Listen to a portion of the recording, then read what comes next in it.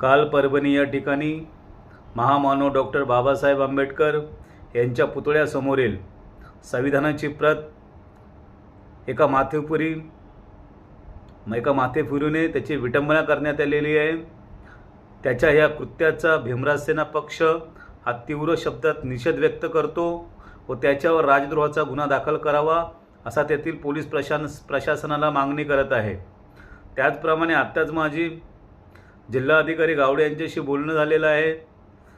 या घटनेनंतर परभणीमध्ये आंबेडकरी समाजाच्या वतीने जे हिंसक आंदोलन करण्यात आलेलं आहे ते आंदोलन आता शांततेत पार पाडावे अशी मी सर्व भीमसैनिकांना विनंती करतो।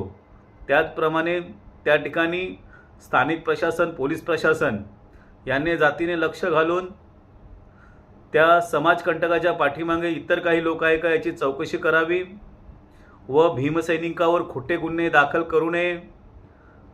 माझी आपल्या माध्यमातून सर्व भीमसैनिकांना विनंती आहे की आपण आता शांततेने आपलं आंदोलन करावं।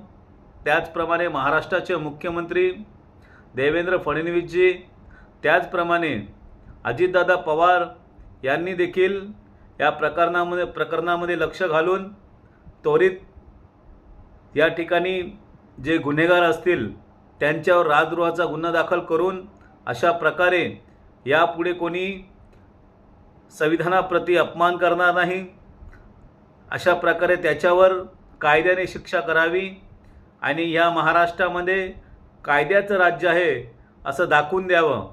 भीमराज सेना पक्ष जर का या प्रकरणामध्ये सरकारने गांभीर्याने लक्ष घातले नाही आणि जर का आरोपीला मोकट सोडले तर भीमराज सेना पक्ष याच्या विरोधामध्ये आंदोलन करेल।